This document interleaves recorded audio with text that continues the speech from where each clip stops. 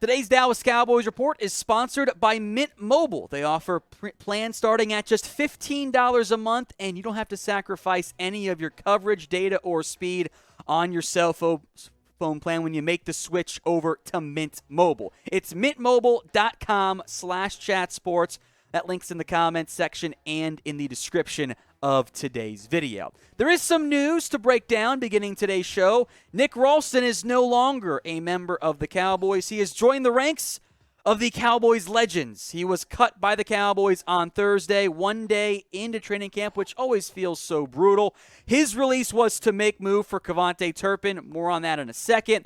It is, at least for me, a little bit of a surprise move. Ralston, as a practice squad promotion guy, did spend some time on the roster last year. The Cowboys have already cut Jaquan Hardy, and they are thinner than they normally are at camp at the running back spot, although they'll be fine. Rico Dowdle's healthy. They sign Ryan Nall, and they have UDFA's Aaron Shamklin and Malik Davis on the roster at this point. So Ralston's time is done as a member of the Dallas Cowboys. I suppose he could potentially come back down the road, but at least for the time being, he has been released by the organization to make room for Kavontae Turpin, the USFL MVP. So what's your one-word reaction to the cutting of Nick Ralston? Surprise was actually mine. I didn't think he was going to make the 53, but I thought he had a better chance than some of the guys still on there. So sound off for me. One-word reaction to the release of Nick Ralston. Now, if you have your notifications turned on, you know what happened late last night. Kavontae Turpin signs with the Dallas Cowboys. This move was made official earlier today. It was reported initially late Wednesday night. And I do think Turpin has a very real chance to earn a roster spot despite the off-the-field stuff, thanks to special teams abilities. And we broke that down in depth. Nice little 10-minute at-home video for you guys last night, which you know that we at the Cowboys Report had that video out before others may have claimed to break the news. So make sure those notifications are turned on to all, not personalized, all. Click the bell, change it, and don't miss out on anything right here at the Cowboys Report. Let's get into some rumors here, beginning with one Ezekiel Elliott. Speaking to media, says he doesn't feel any contract pressure entering what could potentially be his final year with the Cowboys. Who am I to call Zeke a liar? I'll give it 3 stars. I believe that's probably true. I think maybe he'd be lying to himself. He didn't at least think about it a little bit at the back of his mind. Elliott is in what I call the we'll wait and see contract stage, where the Cowboys have the out. It's the Amari Cooper, Tank Lawrence deal from last year, where they could have restructured his contract. They chose not to do so. Cowboys have an out after this year. And even though Mike McCarthy may have called Zeke a quote-unquote cornerstone player, that doesn't mean he's a lock to be around after this year. Here's what Zeke said. I think it's a big season, but I think you can't look too far down the road. I think if I focus on every day, if I focus on having a good camp, if I focus on taking it week by week, I think everything will handle itself. And I don't think there's really a reason to look that far down the road. I think if I handle my business every day, then I'll be in a pretty good spot at the end of the season. For the first time, the Cowboys did not play around with Zeke's contract and cap hit. He's counting over $18 million on the salary cap this year. That's a massive figure to pay for any running back, especially one who's battled some injuries in recent times. So because of that, the Cowboys have left themselves an out. If Elliott does not wow, if he does not impress, things are in a little bit of a tricky spot. The Cowboys have the ability to cut him. And although Zeke was playing great before that PCL tear, which the Cowboys said he wasn't hurt, even though he ended up being hurt on that standpoint, and they lied about it for reasons that I don't fully understand, when healthy, Elliott's been pretty good outside of a bad 2020 campaign, which I think we can blame the offensive line for. At the same time, I am worried about the injuries. He's been banged up a lot over the years. That should, and does for me at least, raise some potentially significant red flags long term. So make your predictions for me. Will Zeke be on the Cowboys in 2023? Type in Y for yes, or you can type in N for no in the comment section.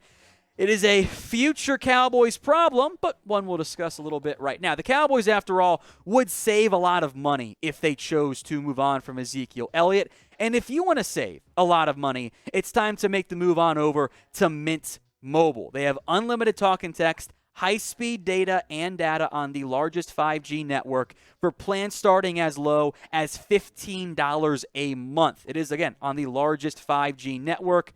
And if you're like me, yeah, inflation sucks. It's not ideal for anybody, but Mint Mobile is helping you out by keeping those cell phone plan coverage plans low. $15 a month. That's why I made the switch, and you should too. mintmobile.com/chatsports. I'll put that link in the comments section and in the description of today's video.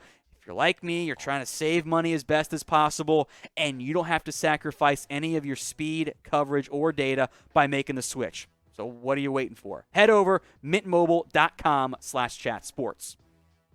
Let's talk free agency now with, hey, the Cowboys did something on Wednesday night. No more complaining is what Stephen Jones would probably say. But are they out now on Anthony Barr? 2 stars, maybe. We know by now the Cowboys have had interest in Anthony Barr at some level, but the latest update from Calvin Watkins is, maybe not so much anymore. Here's what he tweeted out July 25th. Cowboys have had a summer-long interest in free agent Anthony Barr, but multiple sources said no plans to sign him at this stage.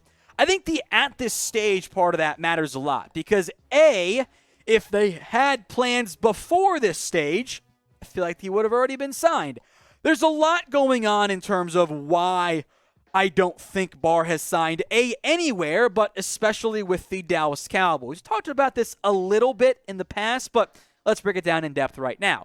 Why could they potentially pass on Anthony Barr? 3 reasons. Number 1, the alleged contract demands for Anthony Barr, who reportedly wanted $11 million per year.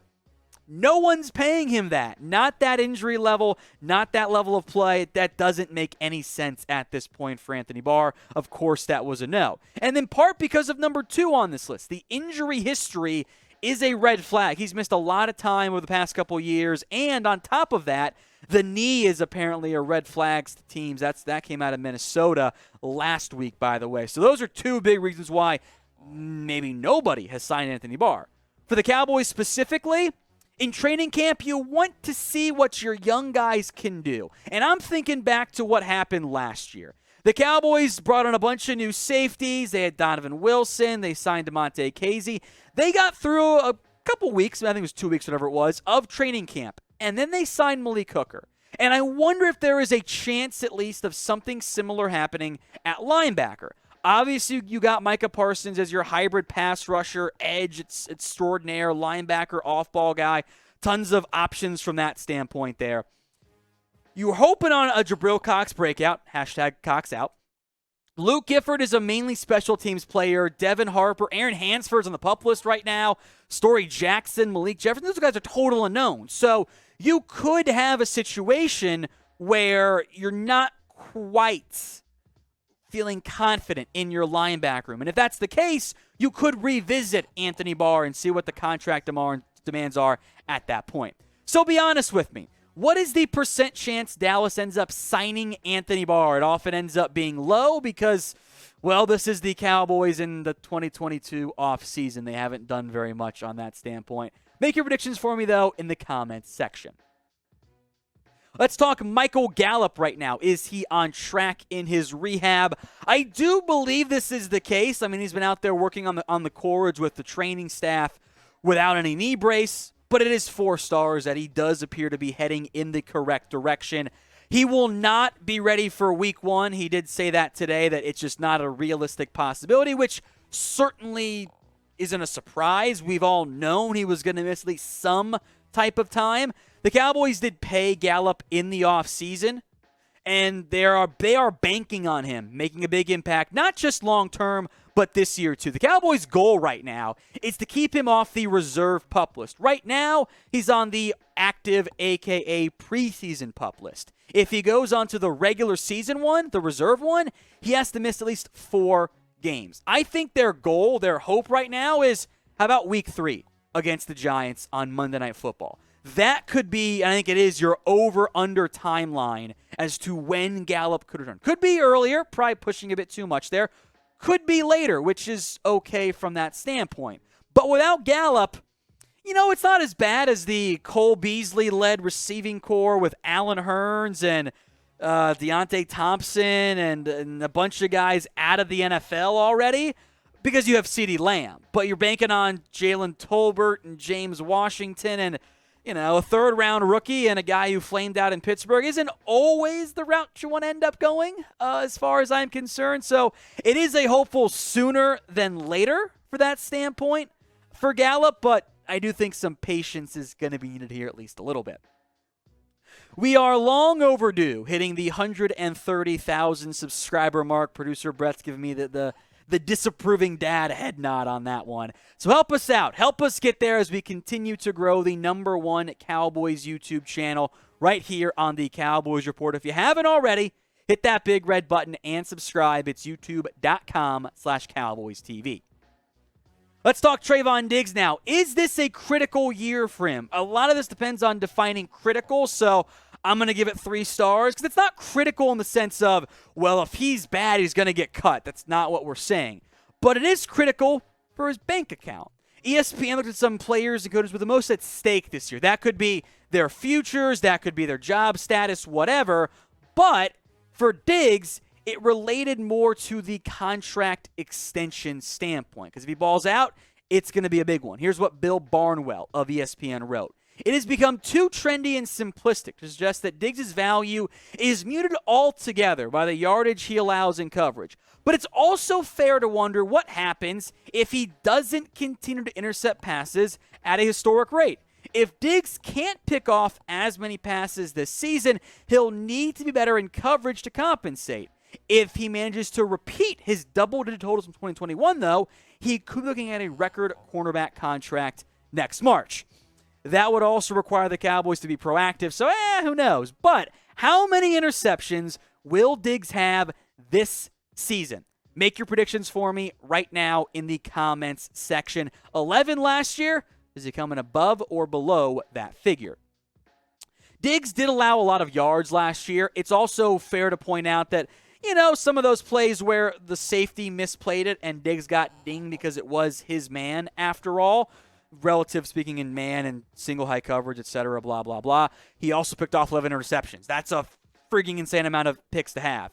It is reasonable to expect fewer INTs and, frankly, fewer takeaways across the board from the Cowboys. That is natural regression to the mean. But it also likely will result in fewer big plays. At some point, teams will stop throwing at Trevon Diggs quite as frequently. Maybe that happens this year. Maybe it doesn't. But I do think that's the likely path we're on here. So I am not expecting a 10 INT season. But if he puts up 6 and gets the yardage down, I think we should all still be very happy with the play out of Trevon Diggs, if that is how things end up going this season.